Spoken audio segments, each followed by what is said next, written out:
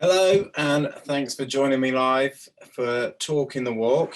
I am going to get this screen up now. Let me share the screen. Maybe a very slightly smoother start from my first one last week. Let's share this. So you should be seeing my screen now. Let's press play. I can even, wow. It says you're there. So again, thanks for joining me. I always start these things as like, oh, I'll get this done. I'm really nice and early. Give myself a chance to have a coffee 20 minutes before I start talking. And here I am printing off my notes for 30 seconds before I start talking. So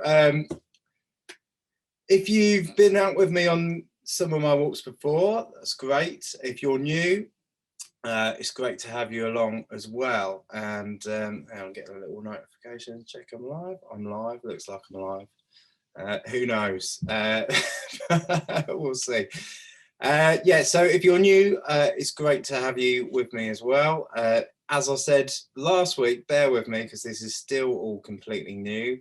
And we'll sort of winging it a little bit, but hopefully you'll enjoy it. I love Malham, I love Bempton. One of the reasons it's taken me so long to, or one of the reasons I'm printing off my notes 30 seconds before we go live is because I've just been totally absorbed in reliving some of those memories of some of the great walks we've done in Malham and over at Bempton as well, and getting a bit distracted possibly. So let's get started. Yeah, so great news that we're starting to get the practical workshops up and running again soon. I sent out a newsletter last week. They're going to be really small groups from April 4 or 5. If the events get fully booked really quickly, we'll add another date on, and it's going to be small groups 4 and 5 from now, as far as I'm concerned, until probably about September, October, and then I'll probably reassess it from October when we start doing the night walks and things like that. So yeah, the events from April will be going. I'll still be offering digital offerings, you know, virtual lessons, one-to-ones online, and all the downloads as well. So there's a mixture for everyone. If you're out and about by the summer, you can do that. If you're still sort of staying indoors and keeping safe and isolating, you can still participate online safely from your home as well. So I'm going to crack on because there's quite a lot of images. Malham, I'm going to start with Malham and then finish with Bempton.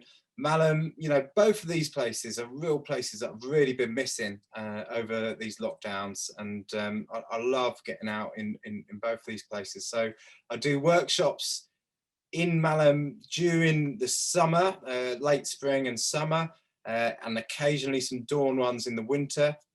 And I do a lot of lessons and a lot of trips out into Malham on one-to-one basis as well, from people overseas as well, not so much now, but not just overseas, people, you know, just across the Pennines, and people who live locally as well. So it's a really fantastic place to, at whatever level you're at with your photography, it's a fantastic place to explore with a camera, as you will be about to find out,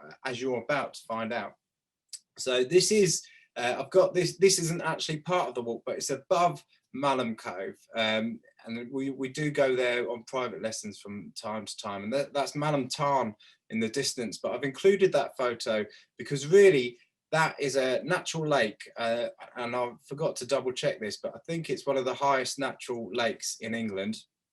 It's a site of scientific interest, but it's had a presence there, and I better double check this, since the Mesolithic age, so the middle of the Stone Age. Hunters and gatherers would camp by these waters, set up huts and camps by the tarn, and hunt in the surrounding area on grazing, wild grazing cattle and deer and things like that. And there's evidence of all that kind of activity going on. So pretty cool, really. It's been part of human presence there for, you know, tens of thousands of years. So pretty cool. And this is looking down over the village of Malham, which is as the origins of Malham, which used to be called Malgan in the Domesday Book, which is I think it's the settlement by a gravelly place or something like that. Maybe someone will correct me in the comments, but it's something like that. And the village can be traced back to the 7th and 8th century.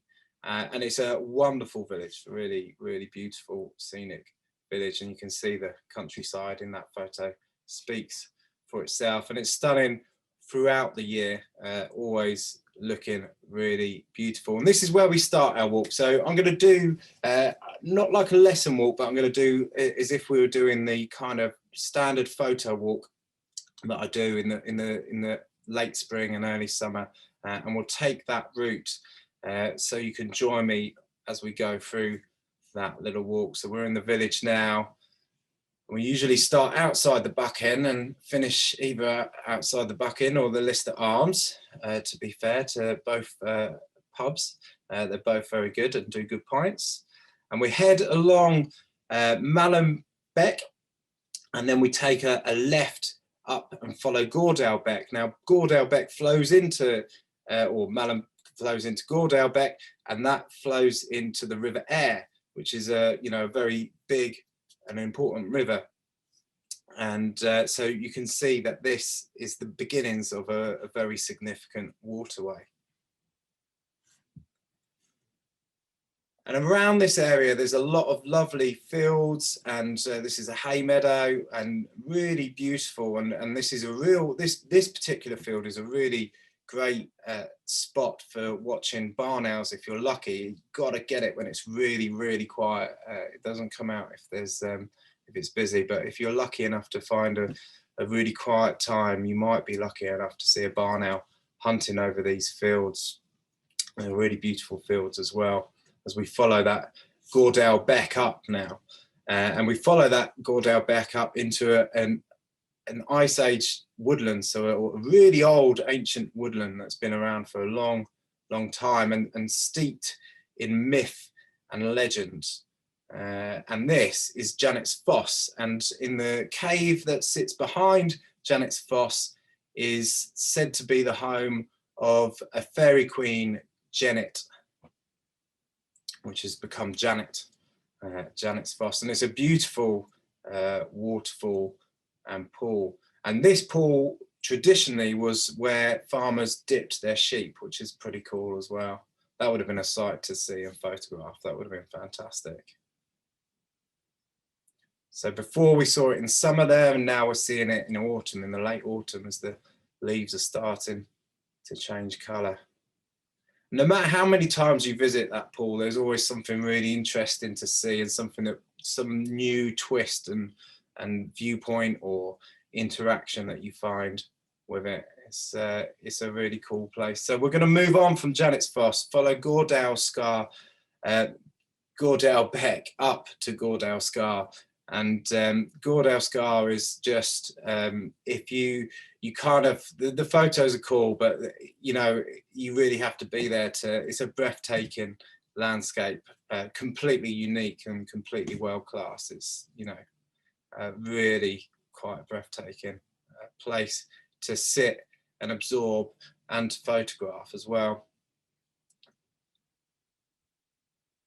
And believe it or not, there's a public right of way that goes up over that Gordale Scar and through there, but don't worry, I only go up there if you pay me to go up there. We go back the other way, so on the walk, so don't let that put you off.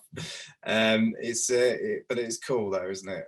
It's a really quite great adventure for people climbing up and going past there. But we're going back, a bit cooler on that day with a little bit of snow in the background, on following Gordale back up, and then we start to go up the hill and we start to move towards Malham Cove. And you can see from this viewpoint, you can see how old this landscape is, and not just how old it is, but how interconnected it is with humans. And you can see there is, I'm not an archaeologist, I have friends who are archaeologists, but you could see traces of human presence from thousands and tens of thousands of years. It's really quite incredible, that feel of human presence and nature and the landscape as well. It's quite quite an incredible thing. So one of the things I'll say, guys, I can't see the comments that are coming up because I'm doing it through Zoom. So if you've got comments, just comment under the video and I will later tonight or tomorrow morning get back to any questions or comments you have. No problems at all. And I love this view. It's a lovely view, and you can sort of almost imagine people working the land for thousands of years, and you go back, pick any kind of time you like, and you can sort of imagine it there, whether it's 100 years ago or 2,000 years ago. And so this dry stone wall, I'm going to have to do this one from memory. I haven't looked it up, but I think this is definitely, well, this one's around 500 years, I think. There's probably, there's a sign and I'm trying to visualize it in my head, but it's an old dry stone walls. But these field markings and the stone walls are anything from, you know, 3, 4, 7. Some of the barns are around 1700s, put it that way, and then you've got like stones and cairns that are thousands of years old, and they're kind of inspirational in themselves, and especially where the light catches it in the evenings and in the mornings. It just really brings that landscape to life, and actually when you get that low light cutting across that landscape, you really can see that old, you know, where the fields have been worked and the old grazing grounds and all that. It's really that low cutting sun really reveals a new picture that you don't see during the day, during the sort of midday and when the sun's high in the sky, and you don't get those highlights and those shadows coming out. Again, some sun picking out those amazing dry stone walls.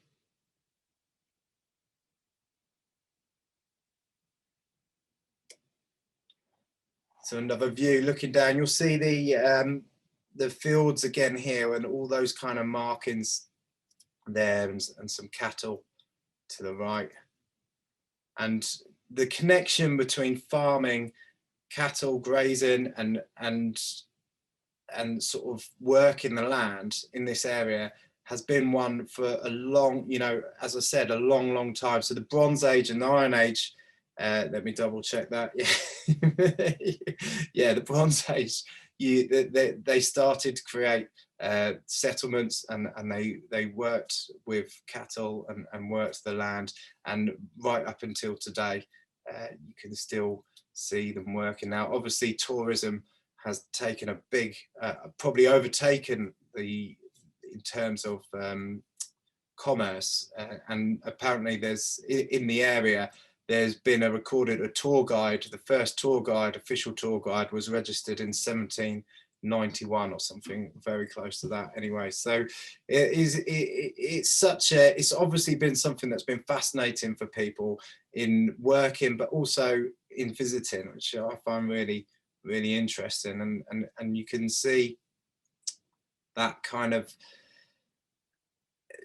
just, you know, just that linear that has been uninterrupted is quite remarkable, I think, actually. I love it when they pay a little bit of interest. It's even better when there's a wall between you and they pay a bit of interest, but it's pretty cool. And as well as, you know, the cattle and the sheep and stuff, which are great and a joy to photograph, there's other things to enjoy. And wildlife wise, Malham's a really remarkable place as well, and I love, especially in around June time, June and July, it's a fantastic time to see the wildlife on display there. You can see these dippers year round, in fact, though. So having said that, the dippers on Malham and Gordale Beck, and you can see a kingfish. I haven't got a shot of a kingfish to share with you today, but it's a beautiful waters on there, really clear, and you can see a heron there by Janet's Foss. Pied and yellow wagtails often darting around, picking up flies that are around the water's edge, and sort of never stop. They're always moving and wagging. And wrens, which are great. You usually hear the wrens before you even see them. They're so loud there because the sound travels quite remarkably over there, and these loud calls from a wren, from a really tiny bird, quite incredible. Reed bunting again by the water here, which is Nice little bird to watch. It's lovely. And in the cove itself is fantastic. It's particularly in the summer months when you have house martins that are nesting in underneath little ledges on the rocks. You also have swifts coming in and sort of not only hunting, but they collect the salt and sand martins, house martins, swallows, swifts. All of those kind of congregate around here, and you can see them coming in, taking bits of salt off the rock, and they're dipping in the water and catching flies and stuff. It really is really alive in the summer. It's such a joy to watch. It's really quite incredible. And goldfinches, you get flocks of goldfinches, which are beautiful birds to see. You see them all over throughout the year as well again, so you can see these birds all year round. Now here's a bird that you can't see all year round, and this is a special one. It's a spotted flycatcher, which is a great bird to watch, and they do these kind of sort of loops, come back to the same branch. So if you're lucky enough to watch one and you see it, there's a good chance, it doesn't always happen, but there's a good chance if you stay with that branch that it took off from, it's going to come back and land on the same branch, which is what's happened there. And one of the birds that a lot of people like to see in Malham, myself included, is the wheatear, which is a beautiful bird. Another migrant comes over here to breed.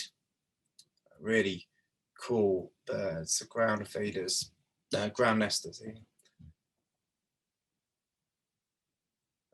And maybe one of my favourite birds to see in Malham. I absolutely love this bird. It's a redstart, and the males in particular are absolutely stunning. They're really striking birds, and to see them last year, there's quite a few of them last year actually, and they had good numbers. And I saw them not just by the cove, which is where I normally see them, but down by the fields and by the rivers as well. So there's quite a good healthy population. And here's a young one just been fed by its mum that you can see in the background there with the red flash in the back of the tail, which is a really beautiful bird. So I absolutely love redstars. Well, not quite as colourful as a redstart, but jackdaws are the real characters of Malham, and they're great fun to try and photograph. They're really, and we'll look at peregrines in a minute, but like every jackdaw you see, you think is a peregrine, but you'll see there's quite a difference between the two. But they fly in a similar way, so they're like darting around, and they're real quite fantastic aerial displays, and real mischievous, and sort of a real swagger about the jackdaws, but particularly in Malham as well. Great. And another bird that is fantastic and a great bird to spot in Malham is the green woodpecker. This is a young one here, but a young fledgling. And green woodpeckers are just fantastic birds and a great sight at Malham. And the little owls, particularly in the evenings, you've got to get there in the evenings to see the little owls, and on the dry stone walls, but under in the crags and anywhere really. You've got to hear them, I think, really first, because it's such a big landscape and they're such a small bird. You kind of almost got to hear them before you can spot them. They're quite not as easy to spot as in other places when you're on farmland and things like that. But in Malham, they get lost quite easily into the landscape, so you've got to use your ears to see the little owls. And where there's lots of bird life and lots of nesting, ground nesting birds going on, you're going to be running into the real menace for them is a weasel and stoats that get in between these little gaps and go down, and you know, they're a real menace for nesting birds. They can cause real issues. They're ferocious predators. They're fantastic to watch. Another bird, another animal that's quite hard to photograph because they're just moving so fast, and they're quite small as well, and they can just about turn up anywhere.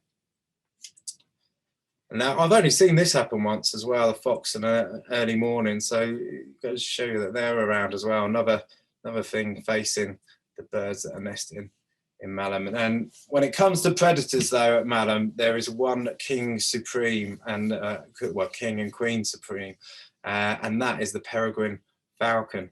And the female's actually bigger than the male as well. They really are fantastic birds that can go up to 200 miles an hour in a dive.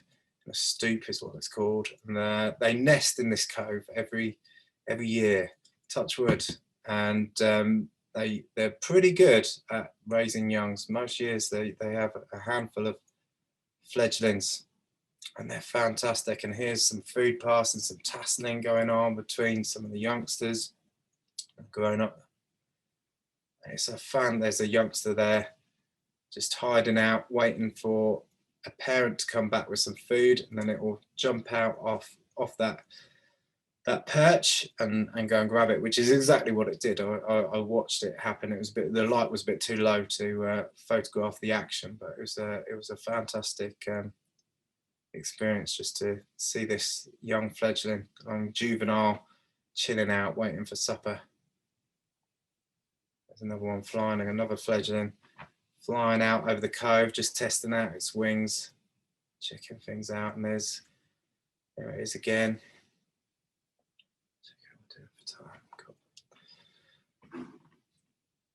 And there's one with, there's a food that's been given to this juvenile. It's got it, and it's going off underneath the cove to finish that little snack off that's been dropped off. Sorry if you're having your supper. I get a bit used to these things.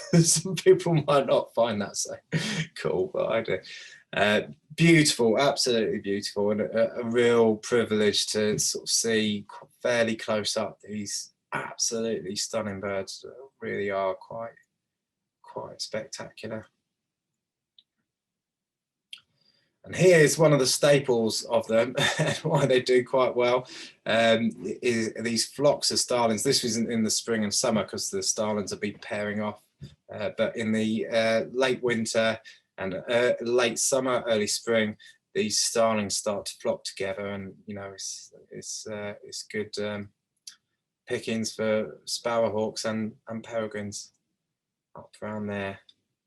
It's not all about the wildlife, and I think this year maybe I started getting a bit quite interested by all the people that there was a bit of a media storm around Malham, and while I didn't visit Malham during lockdown, I haven't visited it recently either.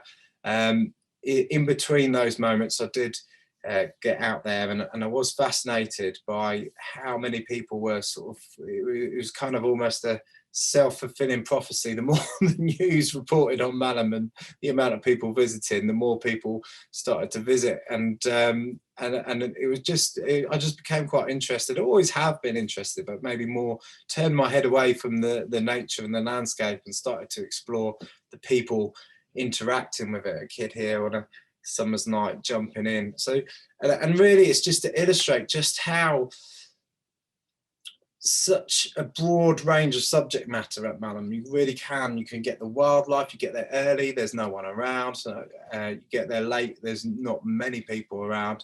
And then during the day, you can sort of look at photographing people and doing street-like photographs in a rural setting, which is pretty cool as well. And just seeing how everyone is interacting with what's going on and that area. And the situation as well, which is, interesting in itself. And then I just took this photo just because there's 3 pugs, and that pushchair is for the 3 pugs.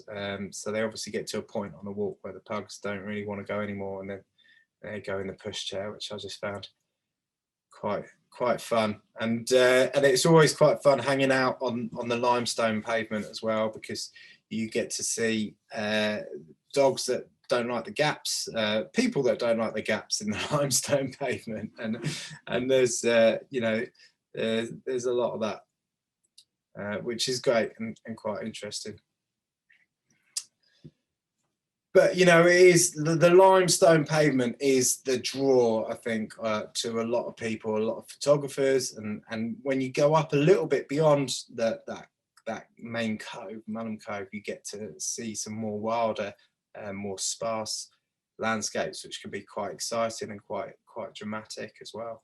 And it is that kind of that ancient feel that really does kind of, it sort of maintains throughout the whole walk really, and it's quite cool.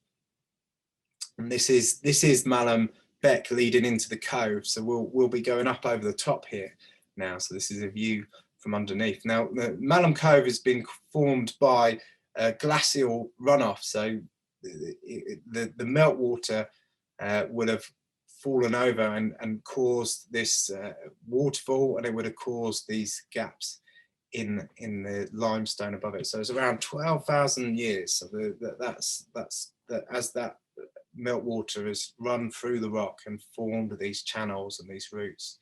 And interestingly enough, a couple of years ago, might even be more than a couple of years ago, there in the heavy rains, we had a waterfall coming out of over the top of Malham, and they reckon that was the first time in about 300 years that anyone had recorded water coming over the top of Malham. And it really is stunning, and to see it in the morning, early morning light, is one of the best ways to see the limestone pavement, because when it just catches it, it really captures that, those kind of ripples and the texture of the landscape and those rocks and the wear. So some of this wear will also be from people walking over it, of course, for so many hundreds of years. It's quite incredible.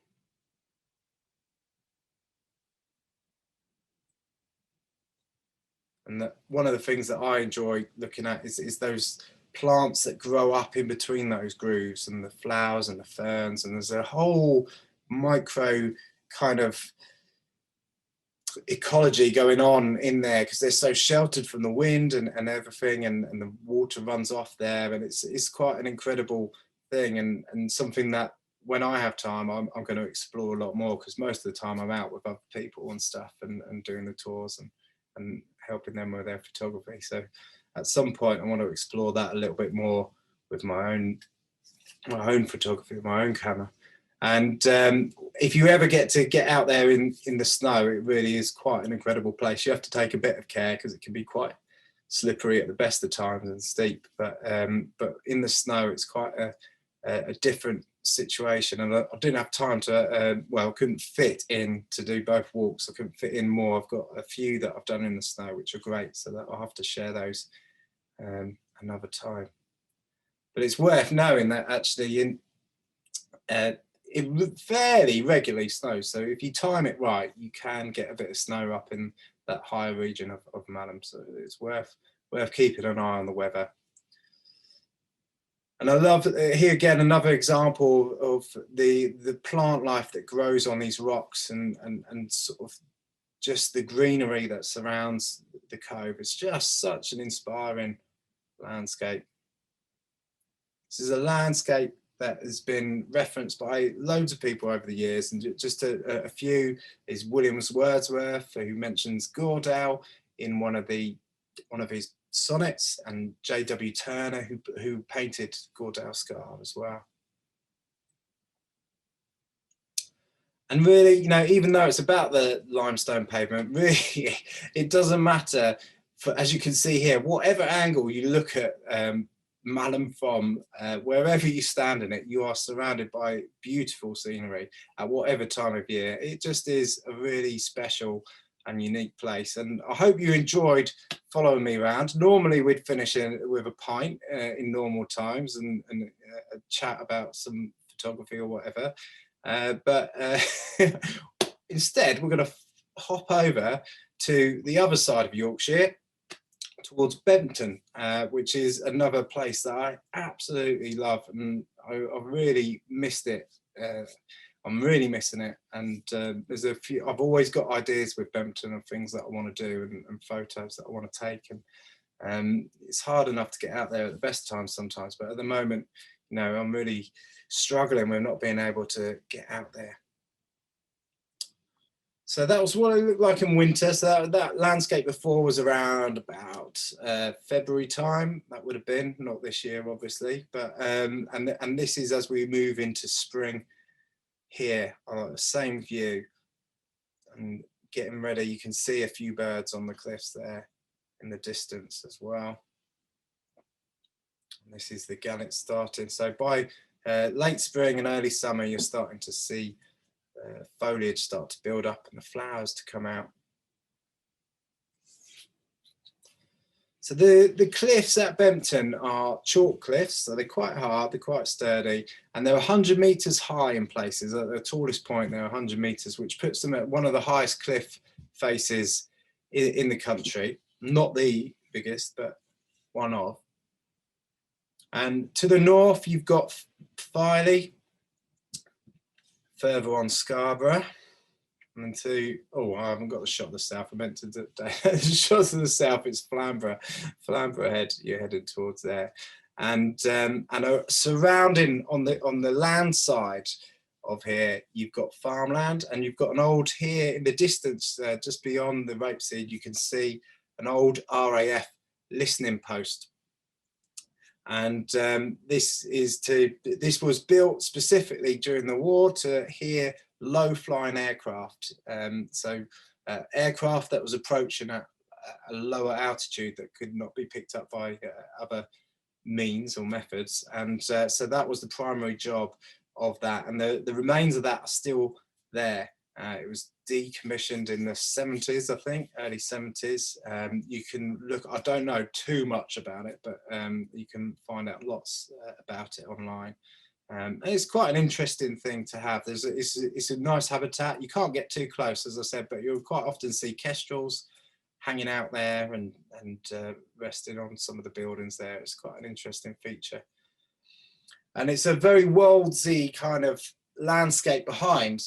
So you're looking out to the sea, to the east on one side, and then when you look back towards the west, it's very woldsey, very farmland, kind of flat, you know, kind of different to what we were looking at in Malham, and but still just as inspiring and just as exciting to explore. A lot of rapeseed fields which are great to explore, very colourful, very enjoyable to try and create things, and the farmland in that area is managed really well as well, so it's managed with nature in mind, so you have a lot of rich, diverse wildlife just on this side. So before you even look over onto the cliffs, you're enjoying some fantastic wildlife behind you.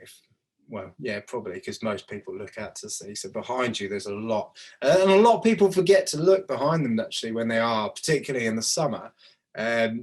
When you're out and that you, I've got to see puffins. But quite often there's a lot going on behind you when you so if you ever make it over there and you're looking over the edge of the cliff or whatever, remember to look behind you, because there's some often quite cool stuff going on. So here we're in late, well, no, we're in early autumn, sort of going in mid-autumn maybe, and we get the flocks of birds starting to come together, buntings and some goldfinches, and they're all starting to explore the stubble that the farmers leave out on the land, which is so important for flocks of birds like this. And it's great to see. It's something, it's like seeing big flocks of birds is something that whenever you read old naturalist books, I can't think of any authors, but from 100 years ago, say, you always read this sort of farming where there's big flocks of birds and plumes of butterflies and all that. Well, you know, this around Bempton, the farmland, the immediate farmland around Bempton, feels like it is when you read it in those books, because it's done that sympathetically. It feels like this is what the whole countryside would have felt like 100 or 200 years ago, and it's quite a cool thing to see. It's an exciting thing to see. And I hope I didn't hear anyone groan about pigeons in the background there, because I love pigeons, and seeing big flocks of pigeons is quite exciting, I think, for me. It's pretty cool. And you know, and even if you're not that bothered about pigeons, you've got to remember that where there's pigeons, there's a peregrine somewhere. And I've already, you know, I haven't got too many photos of peregrines, but peregrines breed on the cliffs here in Bempton, and you can see them hunting, and you can see the juveniles as well. As I say, I spend more time in Malham when I'm working or exploring the world of peregrines, but to see them on the cliffs is a fantastic thing. And you also, normally Well, you can see them any time of day, really, but they are shy roe deer, and the quieter it is, the better chance you've got of seeing a roe deer around there. And you can see this is their summer coat is absolutely brilliant. It's real gingery, rich red brown, and it's a really lovely colour in the summer. Oh, missed the hare, which are regulars there. You can see them all year round. Now, right now, they'll be running around going crazy, chasing each other, which will be quite a sight. And there's you got, as well as your farmland birds, you got your regulars as well, the blackbirds. And the great thing about blackbirds is they're usually fairly tame, so you can get quite close to them, and they're quite good to explore. But one of the real treasures of Bempton in particular is the tree sparrow. Now, the tree sparrow is a bird that declined by 93% between 1970 and 2008. So 7% left, and they're still red listed, but they are. It's thought to be coming back, to be starting to bounce back. And Bempton is a real stronghold. They've got a strong colony of tree sparrows here, and they're everywhere. They don't stop moving. They're really fun to try and photograph. Great, you can get fairly close, but they move really fast, so they're quite a good subject to practice with your focusing and your framing and trying to get action shots. They're really, and you can get really absorbed in that, you know, and you'll see them as soon as you enter into the grounds of Bempton. They're there everywhere. They're on the roofs, in the hedges, and they can, you know, you could almost spend a couple of hours just photographing them before you even get to the cliffs. Another one there. We have a linnet, which is, I think, it's quite a beautiful bird.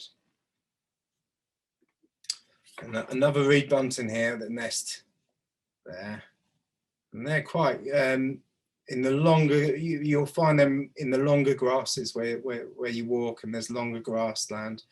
You'll tend to find them hoovering up caterpillars, as you can see, and grubs there. And the stone chat, which they're quite similar. I think I quite often get confused between stone chat and wind chat, and all the buntings. Actually, I can sometimes need to look back at the photograph and find out what it is. And you've got your kind of ground nesting birds as well, which are fantastic. A skylark here, just so I'm aching to hear a skylark. I heard one faintly the other day, but that sound of skylarks really is that brighter skies on the horizon and warmer months coming. A real iconic, and yeah, great to see them and hear them, or more hear them, in fact, actually, especially around Bempton. You hear them all the time, and it's a really evocative sound, I think, of the skylark. Might look the same, but I'm pretty sure that is a meadow pipit, and they are quite similar, and the pipits are actually all very similar. Little brown job is what you call them if you're struggling, and then come back and look at them and spend however hours and then be not quite sure. But you also get the swallows, which are fantastic to watch, hoovering up insects over the fields and flying across. Really beautiful, and actually towards the end of summer is a good time to see the swallows, because they'll start to feed up before they fly off, and that's a good time to catch them as well. And there's actually a nest that is in the visitor centre at Bempton, where there's a little gap, so they put the shutters down, and if you stand outside you can see the swallows coming back. It's been a few years now and it still comes back, so hopefully this year as well you'll see it fly in between the shutters, and the nests in there. Really safe from predators, that, for the swallow. So no wonder it's a successful nest site. So that's pretty cool. And whitethroat. So whitethroat, similar migration path to the swallow, actually comes over the Sahara Desert from Africa and makes it over here. Very cool bird. I like them. And where there's little birds, and where there's sort of a mass congregation of birds, in fact, you'll get the corvids, and you get the get the crows coming in, which are probably underappreciated. I think they're pretty stunning actually when you see them. And jackdaws. So the jackdaws, I think actually at Bempton are really interesting. They're very brave, and they hang out mainly at the cafeteria. So if you get yourself a coffee or a flapjack or whatever, these guys will come up as bold as brass to come and come and say hello, which is great for when you're photographing birds. That's kind of what you want. You want that kind of close experience, and jackdaws are a great way to certainly there anyway to hone some of your photography skills and focus in and practice and stuff like that. Moving on to kestrels, which are regular on the cliff tops, and the kestrels are real masters of this landscape. I think they're the guys that have got it sussed, and they've got the farmland, they've got the little mammals that are running around, and they've got all the kind of nesting birds on the cliffs as well. So they really are quite masters. You'll see them hovering over the fields and around there, but they'll also hover around the cliffs and dive down and grab a chick from, if they're small enough. I don't think they could manage a gannet, but that would be a shot.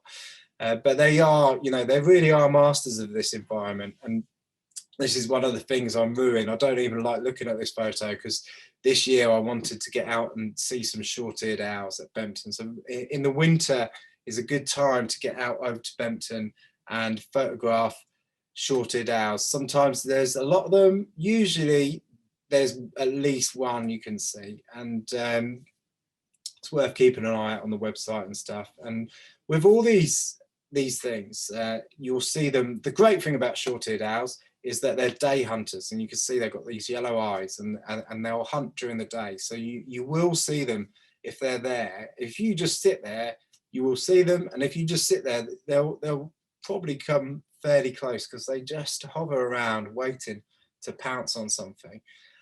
And yeah, so I wanted to get out and get some better shots this year, but I haven't had a chance, which is a real shame. And you also see the barn owl. So the barn owl is a regular, and you kind of nearly, like, if you go and stay there all day, there's a very, very good chance that you're going to see a barn owl. And if it's in the winter, there's a very good chance you'll see a short-eared owl. And when you are there, the best thing you can do is just to sit still or stand still and just watch, because these guys just quarter and bank and turn, and if they're not bothered by you and they're not threatened by you, they will come past you, and you'll get great opportunities like this where they'll just try and drop down on something, and you'll get a chance to take a shot. So the worst thing you can do is start getting excited and running into fields and getting into all sorts of trouble, which is an understandable temptation, but the best thing is just to stand and wait and see what happens. That's usually, for anything, that's usually the best option. One of the real stars of Bempton Cliffs are the gannets. They're such an extraordinary bird, and they're there from January until October. So they're there for one of the longest amount of times, and they're just amazing. But they're great subjects as well. They're massive birds, so they're just really fantastic birds to look at, photograph, and just enjoy, because there's nothing like them. There really isn't. And this is one of the colonies, the nesting colonies on Staple Newt here, where it points out, and you can see some of the nesting gannets there sticking out, and this is from the other side, looking from the other way, you can see them there. But they're not just there, they are literally all across the cliff faces. This is quite a strong sight, and it's great to sort of look down on them. And they're very boisterous as well. They like to fight, they like to argue, they're quite grumpy things, or they come across as grumpy, or they're just very territorial, I think. And you can see the chick there, quite a big size. You can see how Kestrel's not going to get, there's no danger of that getting got by a Kestrel. And you can see here them having a go, and it's great to watch these gannets come in and then something have a go at it and stay away from me. And you know, it's such a great place, Bempton, that you get to have these kind of experiences where you're just watching this natural behaviour of this unique bird that's absolutely stunning as well. You know, I mean, they really are, and the behaviour when they do pair off, the contrast between how sort of aggressive they are with other things, and then when they're together, they're just, you know, this kind of gentle, more gentle moments is, it's just fantastic to watch. It really is. And you know, another I put this photo in just because I see so many people jumping over the fence, and we don't do that at all. And but you know, you can see all these things from behind the fence. You do not need to jump over the fence. And it like I said, it's one of the highest cliff faces in England, and 100 meters high. Is, you don't want to really be going over that fence, and you can see so much stuff from behind that fence. You can get equally close experiences. And if you're over there, the great thing about that fence as well, by the way, is it's like, you know, you're safe, so you can concentrate on what's going on. If you're over that fence, you got to photograph what you're photographing and make sure that you're not going to fall off the cliff. So like, from my point of view, it's much better being on that side of the fence. So it's just crazy when you see people jumping over, and the amount of people that do it as well. But yes, like I say, you can I digress. You can get these kind of great close-up shots sometimes. Every now and then you'll get a gannet come in. It'll usually be the younger ones because they haven't got a nest site, so they just come in. But some of them come in and get pick up grass roots for their nests and things like that. You'll see that coming in, and you'll get that chance to have a really quite close experience. You don't want to be too close. I haven't heard. There's a few stories about gannets and people, and the people tend to not come off too well. So you don't want to get too close, but that's a lovely close encounter experience with them, and they just are they're just so extraordinary. They really are just fantastic things to just sit and watch, and you could literally watch them.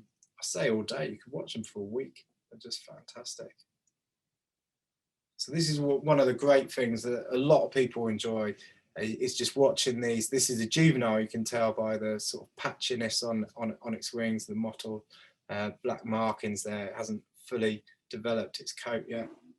And again, look at these yellow, gone past, these yellow lines. I mean, they're just, the design of them is just extraordinary. But one of the things people like to do is photograph the gannets as they come in and try and land, especially these younger ones. They'll loop round and come in and try and land, and it's quite a great thing to watch as they come in.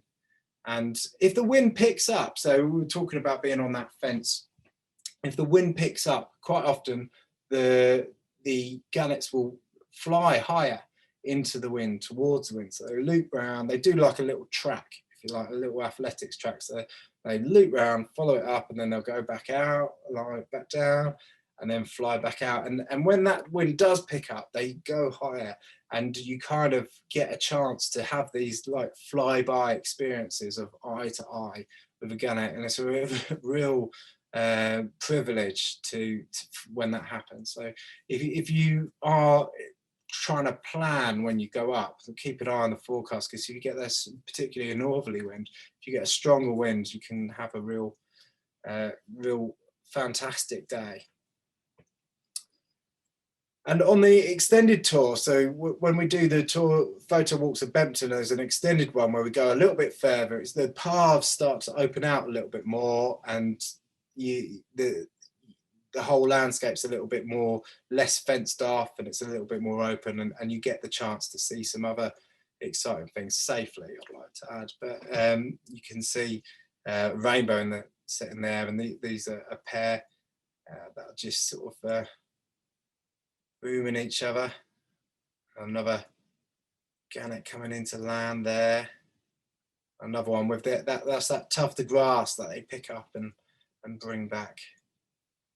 They like to do, and there's one with a tuft of greenery and a feather by the looks of it in there coming out as well. And they're fun, aren't they? They really are such characters to explore.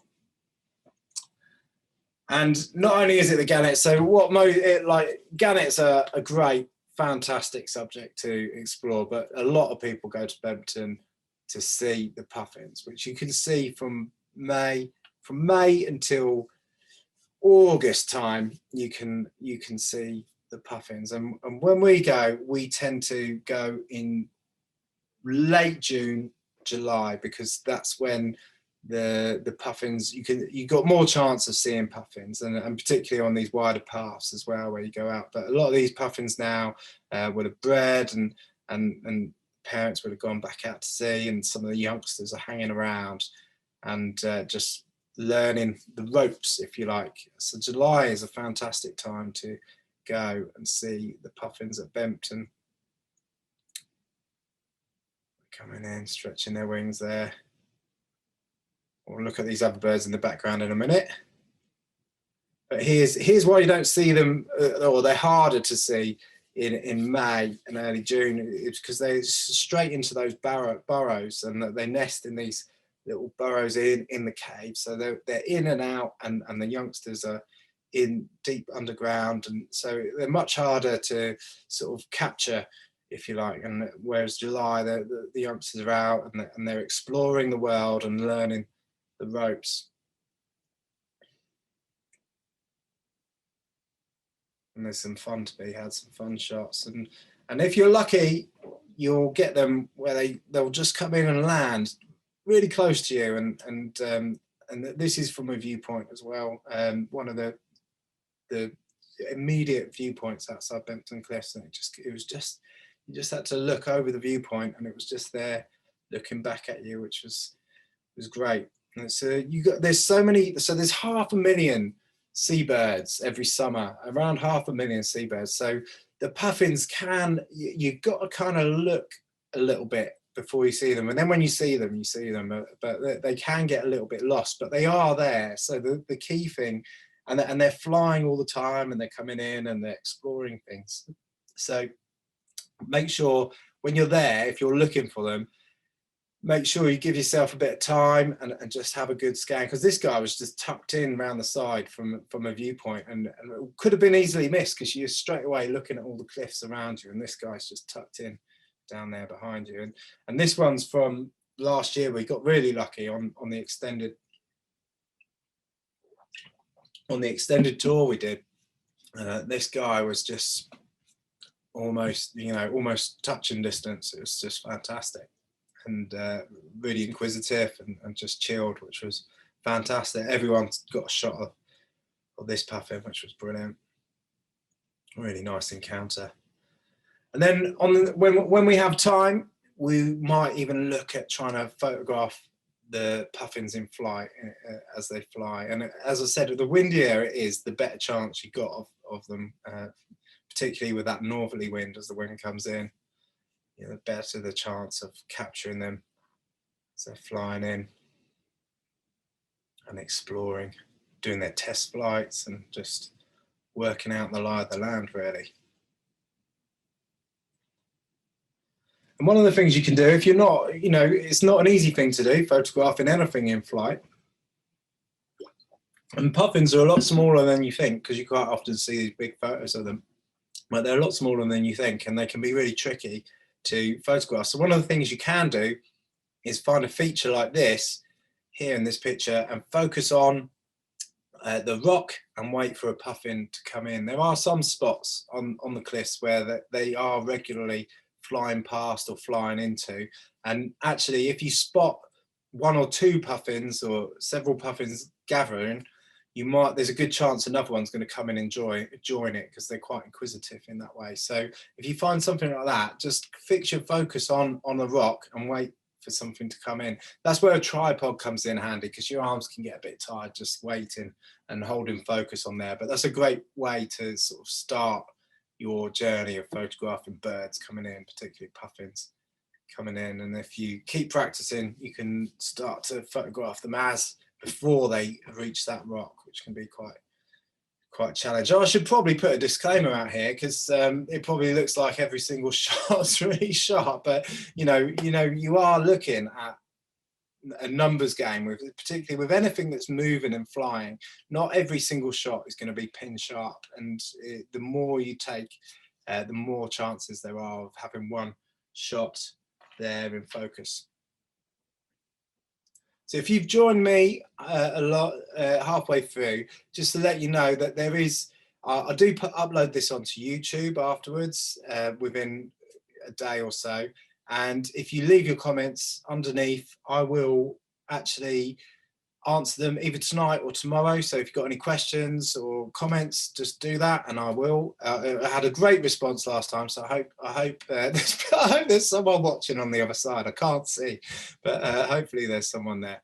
And yes, so just, you know, it's a numbers game really, with particularly with birds in flight. The more you do it, the more chances there are of you capturing it.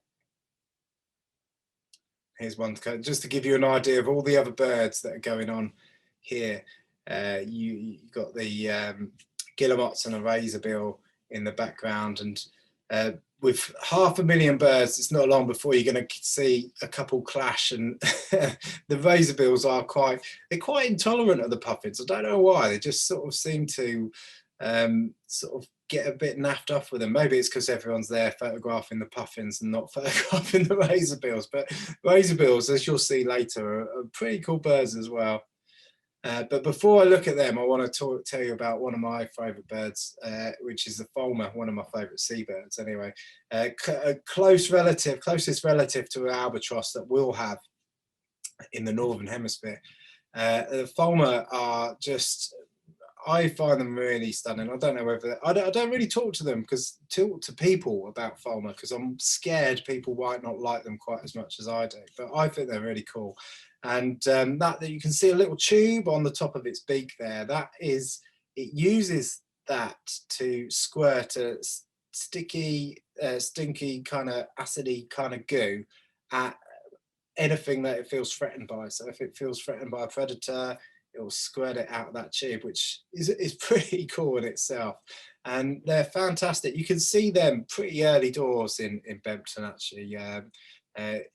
Sort of winter, from the winter, mid to late winter, they're coming in and they're investigating the cliffs, and they're fantastic. And they're noisy, they're boisterous, they're really, but they're just beautiful as well. And they do these flights, particularly as breeding season starts to approach. They'll do these flights, these kind of display flights, and they're great for practicing focusing on birds, because they kind of glide round in a loop and they'll come back and approach in the same way that they did before. And they're quite stunning to watch and try and photograph a good bird to practice focusing on, actually. And there you can see one that's just flying over that staple newt that we were seeing, with all the gannets below it as it flies out. And this is one coming in. You can see one's yelling its head off at the other one as they come in. So they come in, fly up, and then they'll probably come back down again and do another loop. Here you see it's come in, said hello, been told to shove off, so it's flying off again. They're just something about them I absolutely love.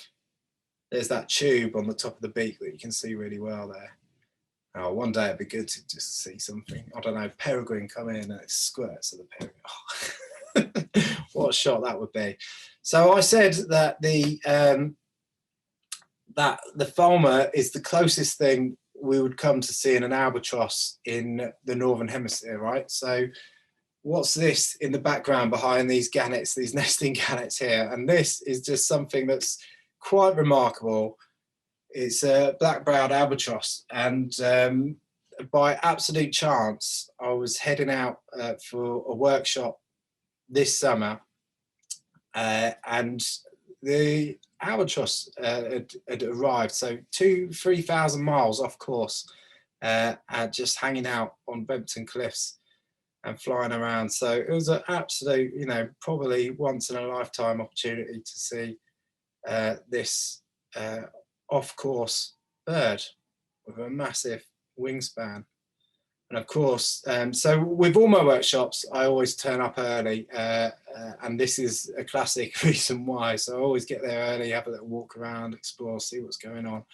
So I was, unfortunately, the people, because it started later, they didn't get to see it. It sort of disappeared somewhere by the time the workshop started. But as you can see, it didn't take long for the word to get out. And by the time we started, there was a lot of people camped out hoping for a glimpse of this very rare sighting of an albatross in East Yorkshire. So to a more common bird now, well worth a mention, is the herring gull, which always breeds, and you can always see the chicks fairly easily, which is nice. You get to see, there's always a bit of action around herring gulls, so they're well worth watching. They're very noisy as well, and but they're great to watch and explore. And I know we're just on that 8:30 mark, so there's not much left to go. I promise we'll be finishing up very soon. We're on the last home straight now. So that was the herring gull. These are the kittiwakes. So kittiwakes are the kittiwakes at Bempton make up 10% of the UK's population of kittiwake. So quite important for kittiwakes here. And to tell the difference between herring gulls, to me, I find it quite easy. They're kind of a bit more striking. They've got that kind of pointy beak. I don't know, I'm probably projecting a bit here. Like the kittiwakes seem like the kind of, you know, groovy parents that are managing life really well and everything's really easy, and whereas the herring gulls always feel like who I sympathize with a bit more. They're kind of, the herring gulls are that kind of oh geez, just give me a break. Like, let me have a cup of tea, please. But yeah, the kittiwakes always seem like they have it pretty sorted, and they're really stunning, I think. You know, look at that red rim around the eye there, and quite striking, and when they open that beak, it's quite red as well. They are quite squabbly, actually, to be fair. You do see them squabble quite a bit. Here's one coming in. They're great birds to watch coming in. Here's a nice guillemot for us, another popular nester on the cliff side. And the guillemot and the razorbill here with a chick, they're very penguin-like. They're like seeing flying penguins for me. I think they're kind of just, there's something very and in the winter, actually, when they're in their winter plumage, they look even more like penguins, and you see them floating on the water rather than on the cliffside. But they're great birds to watch, and another great bird to practice on for flight and flying in as well. And those distinctive white markings on the bill and across the eyes, it's quite incredible, really. And another one, when they open their beak, that really bright orange coming through, is quite incredible, really, quite incredible. Brilliant.